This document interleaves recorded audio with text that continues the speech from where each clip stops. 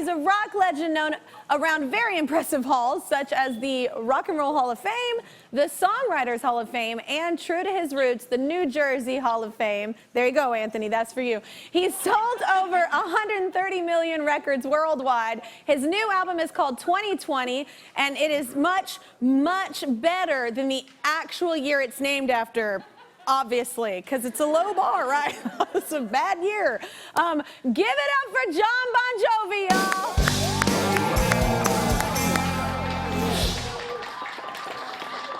Hello. Hey, man.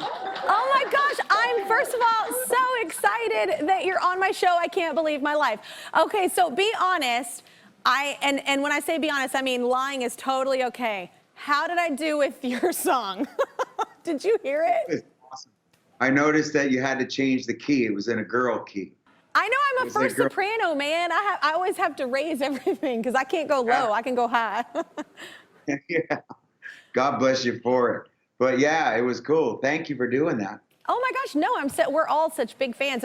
So where were you in life when you wrote It's My Life? And what does it mean to you? For me, it was Frankie. There's a lyric in it that says, like, Frankie said I did it my way. That was from New Jersey's most famous son, Frank Sinatra. And I had just come home from doing a film in Malta and Rome called U-571. It was a World War II picture of Matthew McConaughey. And we'd come home and we were making the Crush record, and we got together to write that. And I had to fight very hard for that lyric. And Richie said to me, "What is Frankie and what does it matter?"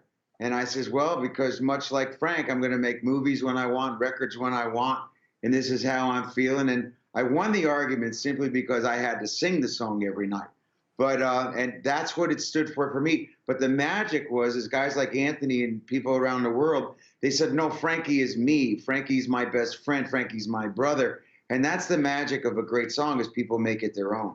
Yeah, I love the message, yeah, that you can get. That's the most interesting thing, I think, performing shows and meeting fans afterwards and anything. Everybody has their own kind of take on a song that you had a completely different idea about and why you wrote it. And I think that's what's so magical about music. But what's one of your songs you do not look forward to singing on tour? Because I have a couple of my own.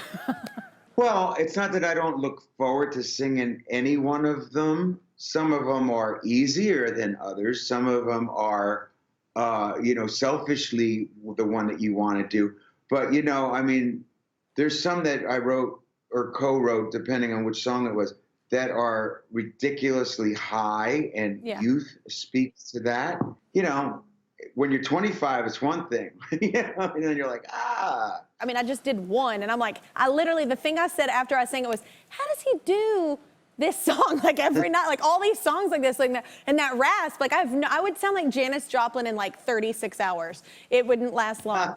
But like I said, your catalog is incredible. So it's an honor to get to even sing one of them. What do you call rock music? It's hard to really define. I mean, rock music was influenced by the blues and rockabilly, and some of the lyrics were country. So it became its own thing from the blues. But I guess it's an energy and it's a spirit.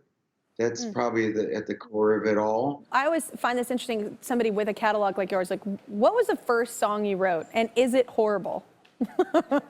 Sure it was awful. Of course it was. Yeah, every little kid who strums a guitar, but that's the idea, isn't it? You're supposed to emulate those who came before you, and then you eventually find your own voice, and eventually you want to play it for somebody, whether it's your friends or your family. But like I've been telling a lot of folks recently, write a song. And I don't care if you make a living out of this, write it for you, because it's the closest thing you'll ever know to immortality. Even if you write it in your bedroom and it never gets published, that's not the point. The point is you created it, and it'll be yours forever. That's so beautiful. I've never thought of it like that, the immortality of it. Is it true that your first industry job, because we all had tons of jobs before this, obviously, but were you a runner in a recording studio? Amongst other things, yeah.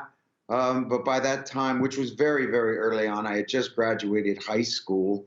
But by that point, I was only playing original music. And so it was difficult to keep an original band together.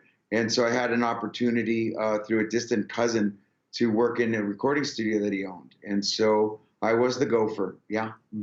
That's actually awesome, though, to have an inn at a studio. God, I can't imagine, like, I mean, my first job was a movie theater, and I was a waitress. Like, I would have loved, like, one of my first jobs to be able to do that. I worked in a shoe store and a fast food joint and an auto body shop and sold newspaper subscriptions door to door. You were just asking a music business job, but yeah, I had odd jobs. I was just, like yourself. I got a record deal when I was 21 years old, and I've been with the same label ever since. Oh, wow. So, I was fortunate enough to have been very young.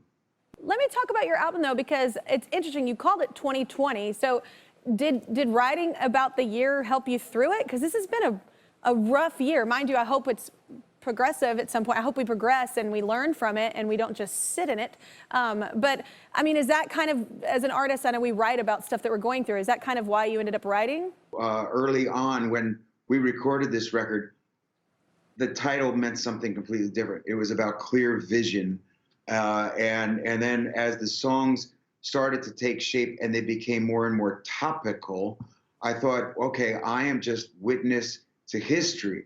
And if I could pretend to be just the narrator, just the voyeur, don't take sides even on the pointed songs, I could start a conversation.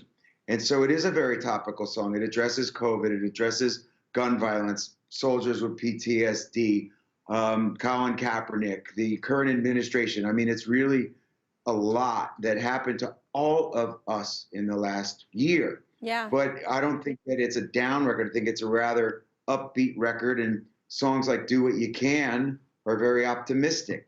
I think it's the greatest song in the world when it's a conversation starter.